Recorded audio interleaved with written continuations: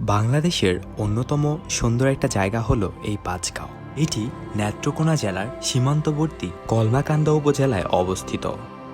আপনার হাতে যদি একদিন সময় এবং ১৩০০ টাকা থাকে, চাইলে আপনিও ঘুরে আসতে পারবেন এই অসম্ভব সুন্দর জায়গাটি থেকে। পাহাড় আর সবুজ সমতলের এই গ্রামটির সৌন্দর্য আপনাকে কখনো নিরাশ করবে না। চলুন আপনাদেরকে দেখাই কিভাবে আমরা মাত্র ১৩০০ টাকায় কলমাকান্দা ঘুরে আসলাম। ঢাকার মোয়াখালী বাস স্ট্যান্ড থেকে পাঁচগাঁ যাওয়ার অনেকগুলো বাস পেয়ে যাবেন। আমরা রওনা হই চন্দ্রডিঙ্গা ট্রাভেলসে করে, আর এই বাস মোয়াখালী থেকে ছাড়ে ৯:৩০ থেকে ১০টার মধ্যে। ভাড়া নিয়েছিল আমাদের থেকে ৪০০ করে জনপ্রতি। আমরা পাঁচগাঁও পৌঁছাই ভোর ৪টায়।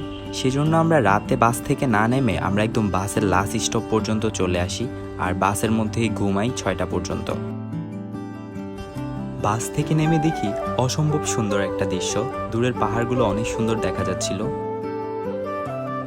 তারপর আমরা এই মসজিদের অজুখানাতে ফ্রেশ হয়ে কিছুক্ষণ এখানে হাঁটাহাঁটি করতে থাকি। এখানেরই একটা ছোট দোকান থেকে আমরা সকালে নাস্তা করে নিই। খরচ হয়েছিল জনপ্রতি ৪০ টাকা।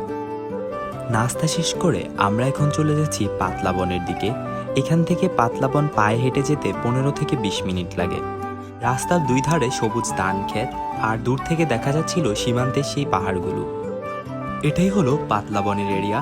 এখানে মূলত গারো সম্প্রদায়ের মানুষ বসবাস করে। আমরা এই এরিয়াটা ঘুরে দেখব কিছুক্ষণ। তারপর ইস্পাহানি মির্জাপুরের টি ব্যাগ দিয়ে এক কাপ চা বানালাম। মজাদার এক কাপ চা খেতে খেতে এই সুন্দর প্রকৃতিটাকে উপভোগ করতে লাগলাম। এখানে ছোট ছোট অনেক পাহাড় আছে, আর নদীর মতো একটা জায়গা আছে। জানি না এটা নদী কিনা, তবে আমার কাছে মনে হয়েছে এটা একটা নদী, যদিও আমি নাম জানি না। আমরা প্রায় ১০:৩০ পর্যন্ত এখানে ঘোরাঘুরি করলাম। এখন আমরা চলে যাব পাঁচগাঁওয়ের চন্দ্রডিঙ্গার দিকে। এখানেই একটা অটো রিক্সা পেলাম চন্দ্রডিঙ্গা যাওয়ার জন্য। এই এলাকার রাস্তাগুলো মারাত্মক সুন্দর। রাস্তার দুই পাশের সৌন্দর্য অবশ্যই আপনাকে মুগ্ধ করবে।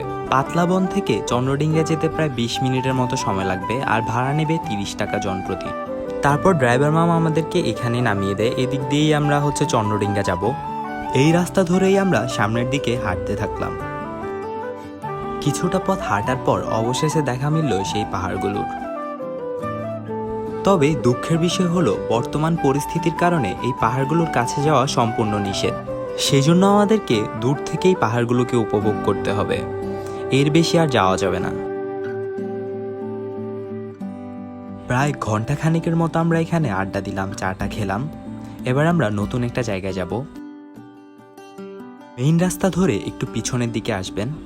আসলেই এই জায়গাটা চোখে পড়বে একটা ভাঙা ব্রিজ, আর এই রাস্তাটা ধরে সোজা হাঁটা শুরু করবেন ভিতরের দিকে।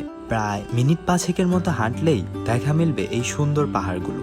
কমলাকান্দা উপজেলার সবগুলো জায়গা থেকে আমার পার্সোনালি এই জায়গাটাই অনেক বেশি ভালো লাগছে। জায়গাটার সঠিক নাম আমি জানি না, তবে এটা চন্দ্রডিঙ্গার একদম কাছেই। আমাদের আজকের ঘোরাঘুরি এখানেই শেষ। এখানে ঘোরার পর আমরা এখন চলে যাব কলমাকান্দা বাজার। রাস্তা থেকে একটা অটো নিয়ে আমরা এখন চলে যাচ্ছি কমলাকান্দা বাজার। ভাড়া নিয়েছে জনপ্রতি ৫০ টাকা। আমার বন্ধু অর্প আর জহির ঘুম এসে পড়েছে। অনেক যত্ন করে ঘুরাই আমি ওদেরকে এই জন্য। কলমাকান্দা বাজার থেকে আজকে আমরা আমাদের দুপুরের খাবার খাবো। এখানের একটা হোটেল থেকে আমরা দুপুরের খাবার খেয়ে নেই ১৫০ টাকা করে জনপ্রতি। খাবার খেয়ে আমরা এখানে একটু সিসিনপুর স্টাইলে ঘোরাঘুরি করি এখানের একটা বন্ধুর সাথে। এখান থেকে সন্ধ্যা ৭টার আগে কোনো বাস নেই, সেজন্য আমাদেরকে এখন চলে যেতে হবে নেত্রকোনা। বাজার থেকে আমরা সিএনজিতে করে চলে যাই নেত্রকোনা, আর ভাড়া নিয়েছিল জনপ্রতি ১২০ টাকা।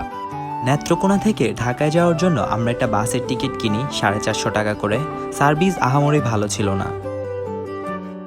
বাসটি ঢাকার উদ্দেশ্যে রওনা দেয় বিকেল ৪টায়, আর আমরা ঢাকা এসে পৌঁছাই রাত। এইখানে এই ট্রিপের সকল খরচ উল্লেখ করা আছে।